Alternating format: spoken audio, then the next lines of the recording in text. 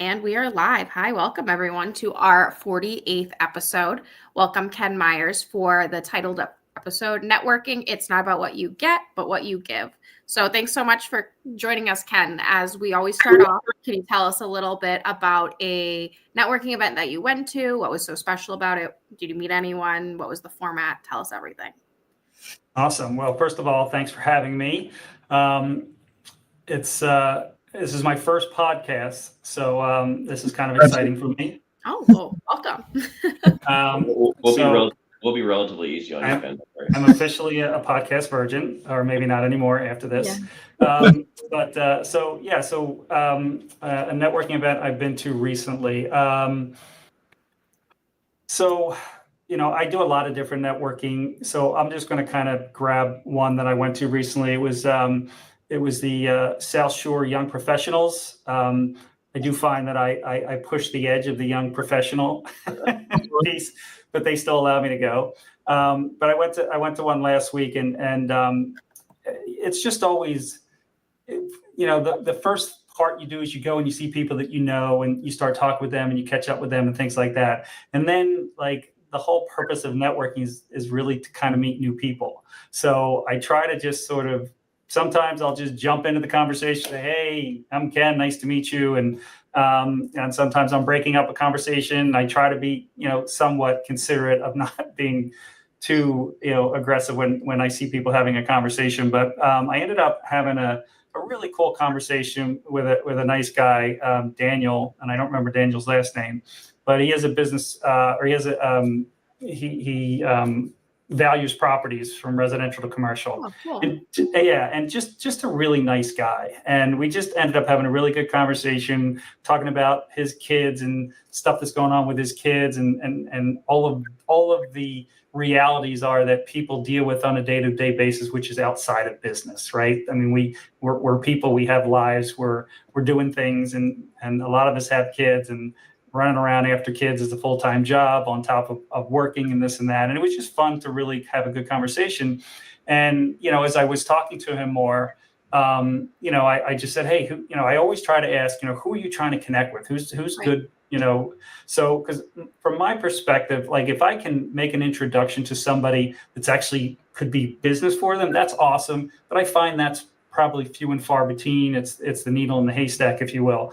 What I do try to do is ask people who they're trying to connect with, who are good people for them to connect with that could potentially lead to business for them or make introductions for them.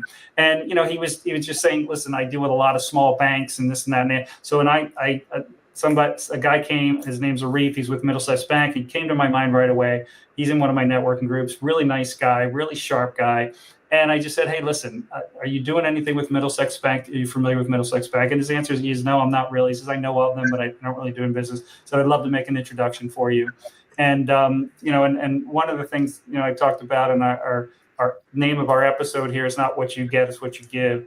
For me, if I can make an introduction to somebody, to me, that's a successful night out networking. Yeah. I think that's, I love that perspective, and it's definitely something that I feel like we're 48 episodes into this podcast, and it's definitely sort of speaks to something that I feel like I've learned a lot over the last year.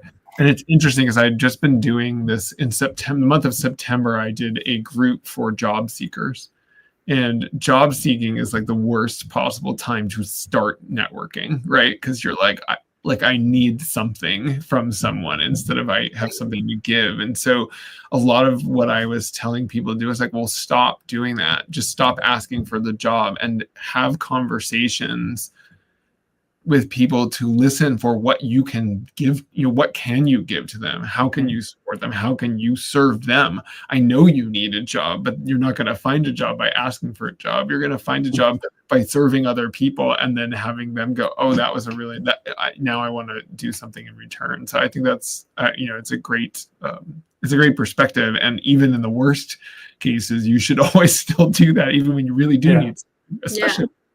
Yeah, no, 100%. And I do believe that when you help people, they just inevitably they want to help you, and I think I mentioned to you guys about the book, The Go-Giver. which is just a huge, I mean, it's my favorite book of all time. I'm not much of a reader. My wife's a voracious reader. Like, she'll read books constantly. And if I can get through a book in 6 months to 12 years, I'm doing pretty well. But this was a book that a friend that I met through networking introduced to me, and I just started reading it and I couldn't put it down. And I just love the message of it. And the message is all about just keep giving. Like, don't expect anything in return. It's not about tit for tat. It's not if I help you, you'll help. It's not about that. It's just about how many people can I help? And if I just keep helping people, eventually somebody's going to help me.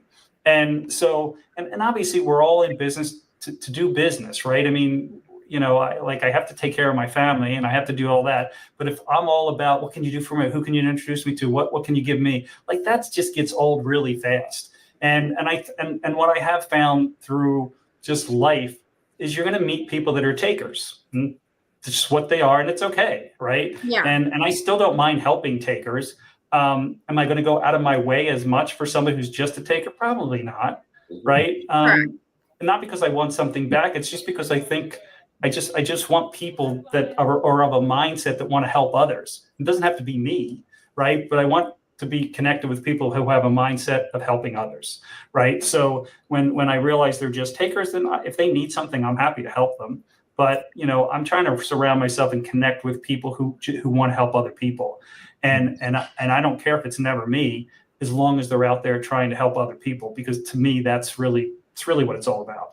Yeah. And we talk about that a lot on this podcast too, about, you know, you never know where things are going to come from. And I've started calling it the karmic cycle of networking, in the sense that, you know, you might find someone who you have like 10 referrals for, and they might have none back. But the next person you find might have 10 referrals for you, and you might have nothing to give in return. And so it's all kind of just making those valuable connections. And I really love what you talk about how even if you aren't introducing them to a client, but making that extra effort to ask, you know, who are the good people you want to meet? Because sometimes, you know, it might not be the business. Yes, we all want to meet business owners when we're trying to sell, obviously. But there might be other avenues and better paths to different business owners as well. For example, I know one of my best referral sources is a CPA, because we are very complementary in the types of services we offer. So understanding, you know, who are other people's referral sources, because sometimes you can introduce other service providers, and creating a really good insular network of those trusted service providers, I think, is a really good way of helping your clients long-term, but also creating more of a network. And before we get too deep into the rabbit hole of networking, I do want to give you the opportunity to tell us a little bit about what you do day to day. We've talked about what you do networking, but I know you, obviously, me and you know each other from Insperity. So tell us a little bit about your role at Insperity and what Insperity does for companies out there. Sure. Thanks. I appreciate that. So, yeah, let me kind of give you a little backstory. So I was a small business owner for 20 years. And I was in the electronics and semiconductor industry for 20 years. I worked for somebody for 5, started my own business, had that for 15 years, sold my first company, started another one in the same space, and frankly, just kind of got burnout. It was interesting. I would, Sunday night would come and I'd be like stressed about having to go to work the next day. And I'm like, this is my company. There's something wrong here, right? Like, what's happening? And I just had to kind of sit back and look at it and go, okay, what's going on here? And I just realized I wasn't having fun anymore. And one of the things I say a lot about myself is I can't sell ice to an Eskimo, right? I've been in sales my whole career. And if I don't believe in what I'm selling, if I don't think I'm offering value, I can't sell it. My ex-partner could sell ice to an Eskimo, and God bless him, and he was good at it. He was a great guy, and he was a great sales guy, but just wasn't me. So I literally went to him one day. I said, Greg, I'm not having fun anymore. I said, I can't do this anymore. I don't feel like I'm offering value. And there's a lot of different reasons around why I got to that point. I said, I need to go, and I need to do something different. So I sold my half the company to him, and just kind of went on my way. We were living up in New Hampshire at the time. We moved down to Philly, and I opened up a franchise down there where we were doing fundraising for elementary and middle schools, and we were teaching leadership lessons to the kids. Super cool program. Yeah. we decided to move back to New England because my wife's parents, her father especially, his health wasn't great. We decided it was time to come back and be up here for them. And I really just stumbled upon Insperity, and I reached out to, talk about networking, right? And how networking. Yeah. And I reached out to a friend of mine who I had met through networking down in Philly. And I literally reached out to, he was working for Insperity, but I didn't know what Insperity was. I didn't know anything about it. And I reached out to him because I really wanted to ask him if he had any tips for me for transitioning, because he was similar to age in me and he had just done it a couple of years ago. So I just wanted to pick his brain outside of the fact that I knew my network was important inside of this. I just wanted to pick his brain and see, if he had any tips for me. And he just started talking about Insperity, and, I asked him, how'd you end up at Insperity, all those kind of things. So when you were talking about it, and as he was telling me about Insperity, I was like, Steve, I didn't call you about a job at Insperity. I said, but I'm really intrigued. I said, I was a small business owner for 20 years. I was in their shoes. I was the de facto everything guy. I was de facto IT and HR and payroll and benefits and all that stuff, right? So I said, I've kind of been in their shoes. I know what it's like to be a business owner and wear all those hats. I said, I think I would have a good story to tell, and I think I could really relate to, small business owners. So I said, do they hiring up here? And they happen to have a couple spots open. I sent him my resume. He put it in, and there I was. And literally my transition took all of 30 to 60 days. And it's only because of my network. If I was doing job boards or whatever else, or like, who knows how long it would have taken. So I think that's really kind of cool. But in terms of Insperity, what we do is we work with small to mid-sized businesses, and our whole focus is helping them get to their next level of growth and taking away a lot of the administrative burdens of running a company. And I've been there and I've done that, so I get it. And I had no idea that a PEO or Insperity or companies like this were even out there and these kind of services were available, because I absolutely could have used it for 2 of my companies.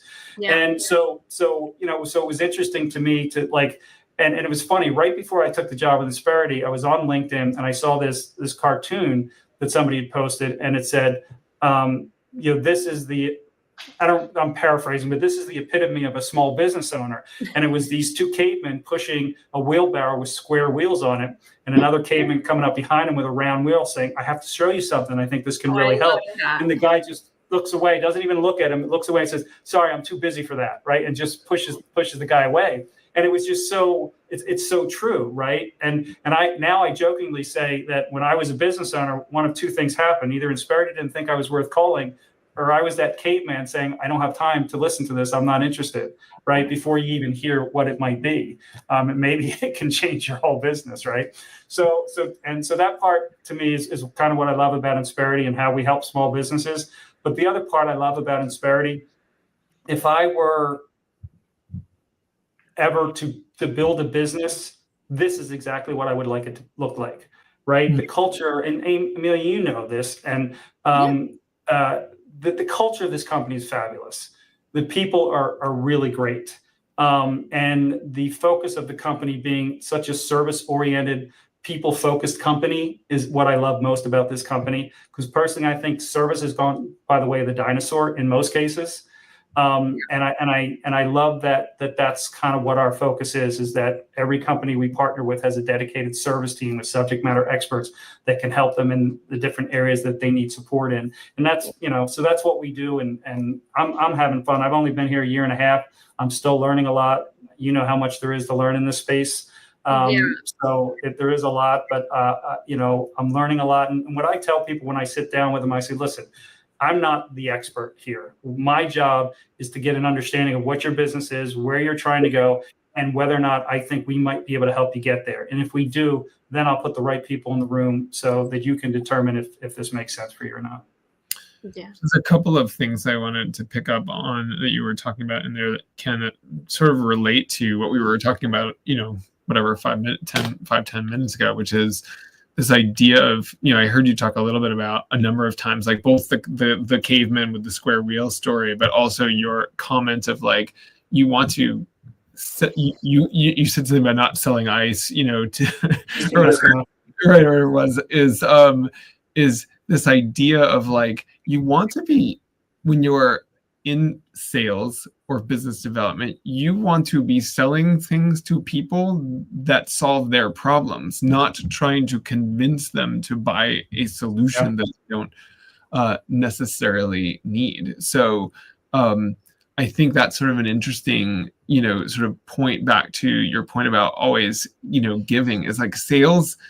When I have this thing about, like I always talk with my coaches and so forth about feeling too salesy, and what I finally realized last week is salesy is when you try and convince somebody that they need a solution that they don't need, right? Yeah.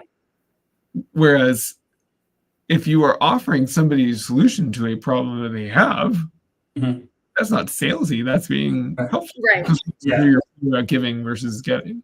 Yeah, and I think that's one of the things I like about the approach of how Insperity does things. We call ourselves business performance advisors, right? And everybody has a new title for what sales is now, right? In some regard, but I think there's a lot of truth in how we label ourselves as advisors. And I literally, this was probably about 2 months ago, I had a prospect who we sat down and we talked, and I tried to understand where he was, what was going on, what was happening in his business. And I literally said to him at the end of it, I said, "You're not ready for us yet." And I said, it just doesn't make sense for you right now. And for a number of different reasons that I explained to him. I said, your focus is to grow the company. As you grow the company, you may end up being in a point where you're ready for us. And he literally said, "Ken, thank you. I really appreciate you being honest with me."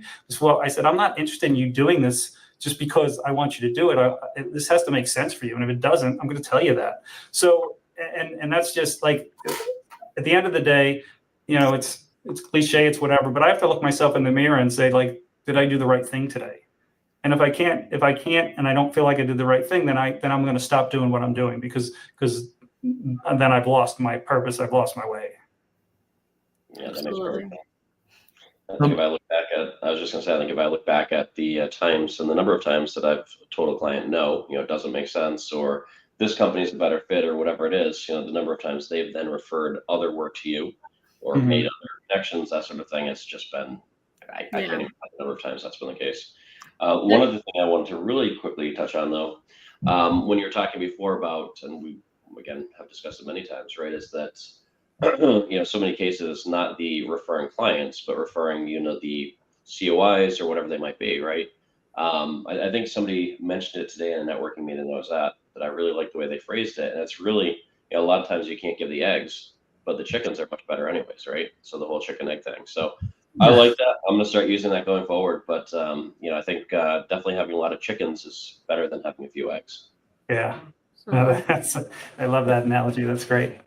And Ken, I wanted you to talk about too. So you've started your own networking group, and it's a little bit different than any of the other ones I've guested. It's taken like bits and pieces of probably 3 or 4 different groups that I have attended. And I'd love to talk to you about, what made you found the group. Tell us a little bit about the group and the value you found in it as well. Yeah, no, thanks. I appreciate you bringing that up. So when I moved back up to New England, moved to the South Shore, and I was in New Hampshire for 18 years, so I didn't really have much, if any, of a network on the South Shore. So when I came back up here, I knew I had to kind of, build my network up down there. And so I joined a BNI, I joined a couple other networking groups. And while they're all good in their own way, in their own right, one of the things I found in most of the groups is 70, 80, if not 90% are B2C individuals, right? Which is fine. And I like all of those people are great. I love plumbers, electricians, and painters, and real estate and mortgage, all those people, but they're not necessarily talking to the people that I want to be talking to from a business perspective, right? So, and I joined a couple of chambers. And what I did is I was going through that. I was meeting some really good people that were in the B2B space. So I thought to myself, what I want to do is create my own networking group. And as I was kind of identifying people and speaking to people about it, when I kind of mentioned what I was looking to do, they were all like, "Yeah, I'm definitely interested. Keep me posted." And I said, "All right, when I get like 8 to 10 people, then I'd like to, kind of try to get this thing rolling."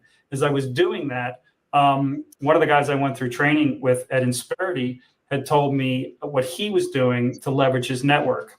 And one of the things at Insperity, we have a loyalty program, which basically means if somebody refers you into a client and they become a client, they can get a referral fee, right?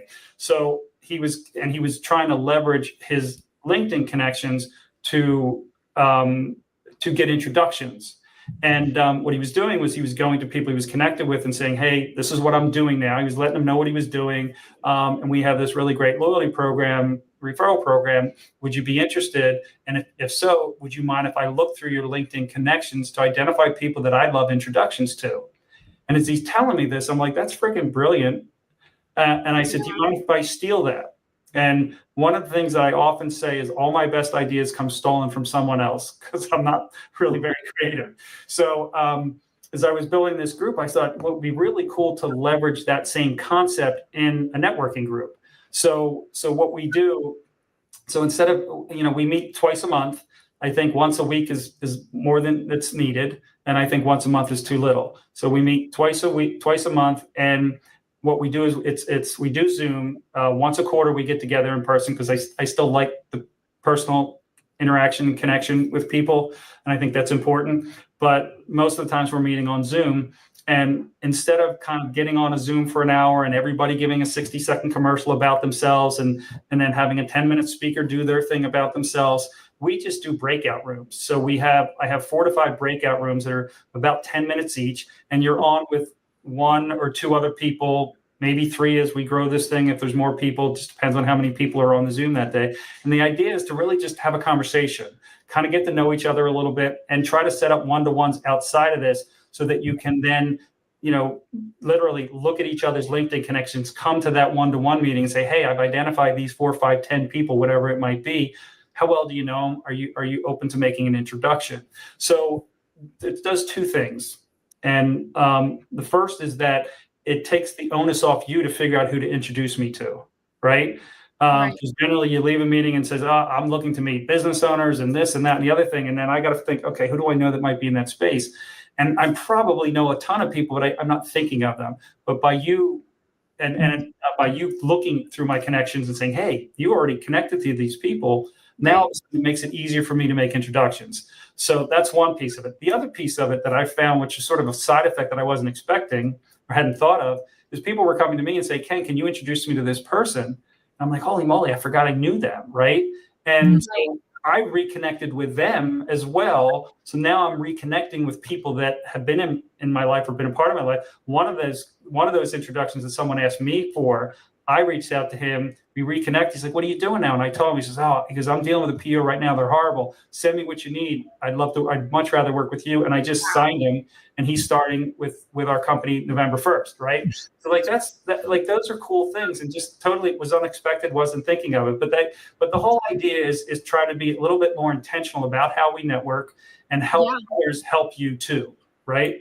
So, and that's the perfect example of karma the networking karma, where it's, someone just asked you for an introduction for someone, you reached out, and then all of a sudden now you have a client out of it. So you were reaching out to try to help someone else. Exactly. And not even wanting anything out of it. I mean, it's one of those things. Great. If you get something out of it, awesome. But if not, I'm just happy to help someone. And I know that's one really positive thing that I loved that I learned at Insperity was finding the small wins, because in sales we get so many no's all the time. It's so painful sometimes. People say Ken, I wish if I had some magic voodoo power for everyone to say yes, that would be fantastic. But I do not. I've just gotten really good at accepting the word no.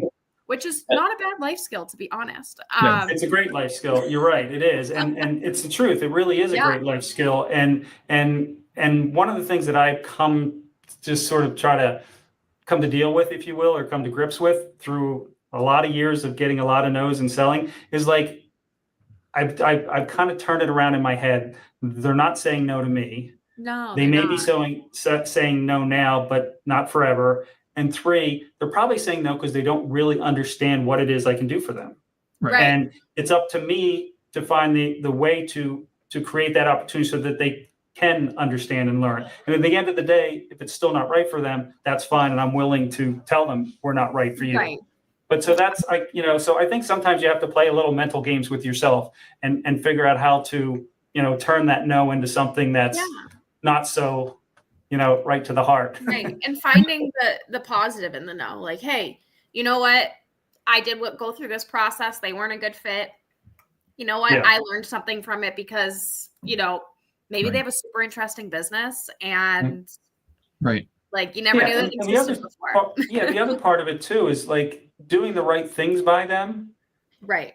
You never know where they might go or who they know. Say, listen, Insperity wasn't right for us, but I think it could be great for you. And all of a sudden they're making a referral because you took care of them the right way and you did right by them and you treated them professionally. Exactly. It's so interesting as you're talking, and I realized that I'm like my brain is sort of stuck in this job seeker group that I was doing over the last couple of weeks, just because of reasons. Right. As you're talking about it, I'm thinking about that's fundamentally the problem that job seekers tend to have is they are so afraid of getting a no or being ignored that they actually miss out on all the yeses, right? And like, who cares if someone says no to you? Move on to the next one. Right, move on to the next one.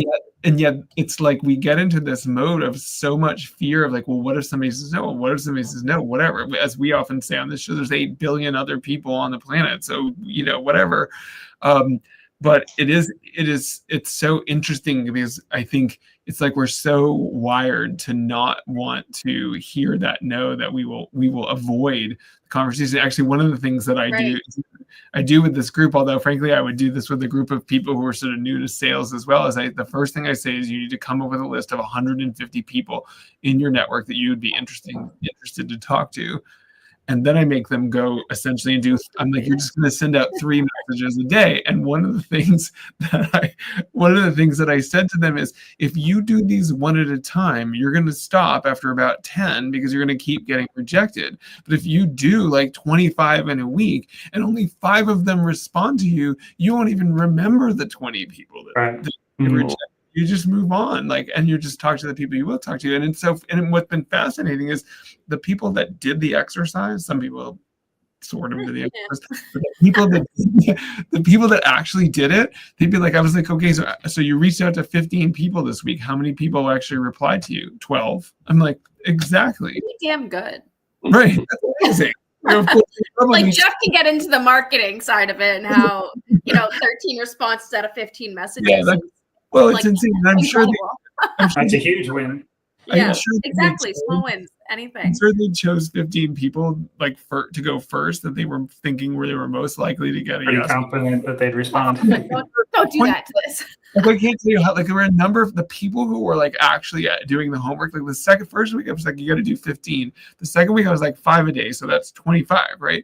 And the people that had done the 15 didn't get to 25 the next week. They were like, I have so many calls on my calendar right now that I need to slow down. I'm like, exactly. That's what happens. And that's okay. You get a pass because you're just. And what's great about all of those people they meet is the question was, who do you value networking? Like, who would you introduce me to? And then you end up getting you kind of can grow your network from just even those first initial 15 messages. Exactly. Well, it's funny because actually there's a guy who's one of my coaching clients, and he says to me the other day, he was like, have you ever had this thing happen where you're reaching out to people and they start introducing you to other people? I'm like, that's crazy. I think that was the most exciting when I first started networking at Insperity. That was when I was like, oh, I've been doing it right. When I started getting introduced to people that I had met already through something else. And all of a sudden, I also always say your network is kind of like a spider web and you're always just making it a little bit bigger. And there's always these random connections that are 2, 3, 4 people away from you. And I feel like that's really, once you start connecting all of those dots and you really get a full circle and a full web, that's when you're like, all right, I have a network. Now let's make it bigger and let's make it more fun. But I hate doing this. We do it every week or when the time is up for us to talk about networking. I know it flies by. It's crazy. I always think that it's going to be slow. And then next thing we know, I feel like I haven't asked half the questions I want to ask. And, we're down some rabbit hole about sales and LinkedIn messages, which is awesome. Selling ice to Eskimos and all that other stuff. No, but that's what this is about. So wrapping up, Ken, can you tell us a little bit about a networking event that you're going to? It doesn't have to be next week, but anytime in the given future that you want to highlight, maybe promote, etc. Yeah, and then absolutely. also what's the best way to get in contact with you for people on this watching this? Okay.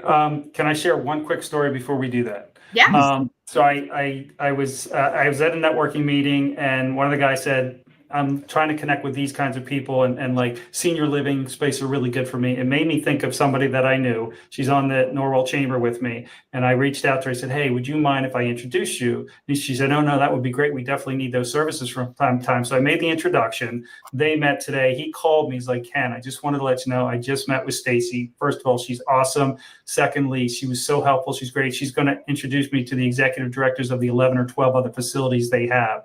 So like, it was just such a huge win. And like, I talk about how I feel so much better when I can help somebody else versus when they help me. Like that just completely made my day. Right. So, and to me, that's what it's about. And I got nothing out of it or anything. So, but like, it's just so cool that when you can make that introduction that really can end up helping and benefiting somebody. I think that's just, that's what it's all about.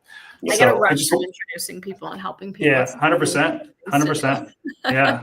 So I wanted to share that. But so networking event. So I started my own networking group, but I also started my own networking event. So I started a group called Local and On Tap South Shore.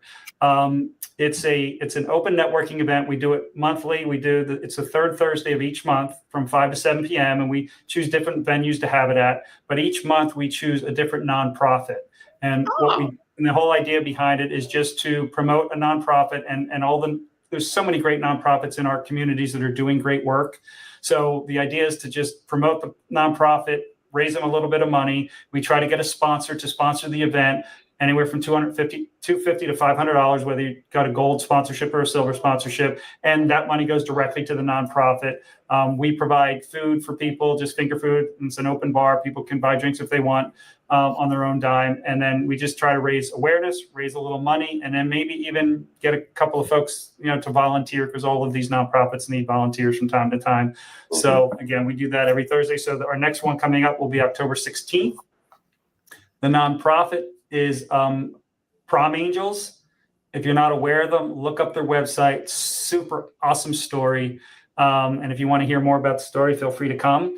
The only thing I don't have is the location identified yet, which I will have by the end of the week, if not the next couple of days. It's going to be somewhere on the South Shore, probably in Pembroke, Marshfield area, because that's where they are located. It'll be from 7 to 9. I will put it out on LinkedIn. I have a list that I send out to people to invite. So if you're in that Marshfield, Pembroke area, you're looking for a good networking event to go to, come on by. Looks like we lost Amelia. We have Here she comes. You're all good. You're good. You're good. We can't hear you though. Sorry, I don't know what's going on with this. Technology is great when it works. Yeah, my camera's really mad at me today. I don't know. All right. Well, so Ken finished, so I can jump in and go right ahead. And then also, if people want to talk to Ken, reach out, email. I put it up on the banner as well. Yeah. So, Ken, this has been an amazing conversation. Thank you so much. So for me, I guess my big networking event this week is that I am going to be one of the keynotes at Live to Lead Worcester that is put on by the wonderful Sherry Ann McLean. I don't know if anybody knows Sherry Ann, but she is awesome. And I actually met her through networking, of course. And I read her book. She read my book. And she was on this podcast at one point. And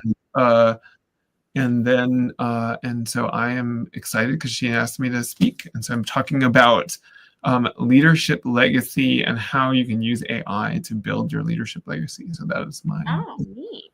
Very cool. I will pass it to Stephen or Amelia. Is that like an online type of thing, or? Oh no, it's a live in-person event. Oh, cool. Yeah. Well, Ken, one of these times I'll make it to your third Thursday, as you know. Thursdays. Yeah, no. Thursdays. I think you did make it to one. But I will for sure. No, that's some. Again, thanks for joining us today. Some fantastic insights. Yeah, thanks. Thanks for having me. I really enjoyed it. I will say I had a fun, interesting networking event actually over the past weekend. I know that I'm going in reverse, but actually I sponsored the Boston Cup this year. And so it's really cool. I actually drove a car onto the Boston Common, which is pretty wild, right? You just don't do that every day. And then I also awarded a car during the Cup as well. So really fun, Cool. something different, met a ton of really fantastic people across the spectrums. And then I will give one for tonight. Museum of Science, and it is a program called Being Human in the Age of AI. So I'm looking forward to that. I was invited by one of the folks who's part of the Private Directors Association, so I'm really looking forward to something that's different than what I usually do for networking. Yeah. And kudos to a Speaking great of event. it, Stephen, I still have you on my radar for a wine tasting at some point in time. I just got to figure out how to put it together and all that good stuff. Ken, you have to do it. I did. That was my last network or loyalty event I did at Insperity. I know. Was with Stephen, and it was definitely the most memorable. Not just because it was the last, but also because it was, it just was a great group of people, and it was like an icebreaker challenge almost. Like, when you go to an event and you don't know anyone and you're forced to participate in some weird ice challenge or icebreaker, and now you're best friends with everyone at the group. That's kind of how the wine blending went, where, you're all doing this like fun arts and crafts. I mean, it's not arts and crafts, but I guess it technically is, right, Stephen? It is finger painting. It is finger painting for adults, and you did for sure save the best for last. Yes. Okay, perfect. Yeah. So just honestly, connect with Stephen. You guys can figure it out. It's not that hard. I'm actually not doing any nighttime events this week. I have a lot of coffees and one-offs.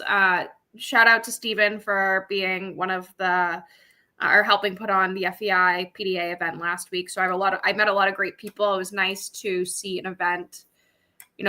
I love FEI. I know a lot of the people who go to the events. So with the PDA group involved, it was really nice to get a whole new room of face of people. And so I have a couple new people that I met through that group that I'm going to have one-on-ones with. And then also will be my first meeting. So my supporting strategies works closely with a couple of VCs, and I am taking over one of the partnerships. So it'll be my first meeting with that group. And I'm really excited to, listen. It's like a monthly pitch thing where they have potential investment companies come and pitch, and you have to listen to them. And I always love those because I learn a lot about not only the cool products and companies that are out there, but also I think it's always really interesting to sit in and listen to what investors are thinking about, because I swear I get humbled every time. I'm like, I would be thinking about this, and they are on a totally different level. And I'm like, oh yeah, that's probably smarter to think about that. What's the market share and versus but I bet you're learning a lot through that too. Oh, totally. I love the exposure of it. And it's just, I love startups, but then getting to see kind of the whole ecosystem, because when you're just entrenched in the founders, you only really see one perspective. And there's a lot of other kind of parts that go into that whole ecosystem and that, I guess, circle of life, business life. Can I share one quick fun one? This Thursday, speaking of this week, South Shore Chambers doing a glow golf event. So apparently there's golf balls that glow, and we're going to go out at night and hit them. So I'm not sure if anybody's going to get hurt during this thing or not.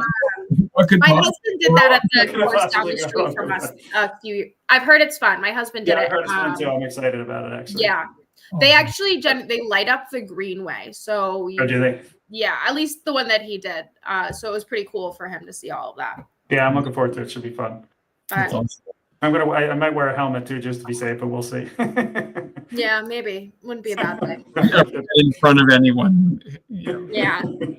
Or just stay in the golf. A lot of people yelling for, I think. We'll see how it goes. Well, that's it. We'll see everyone next week. Thank you so much, Ken. Thanks for having me. I really appreciate it. Yeah, of course. It was fun. See everyone soon. Bye. Bye. See you.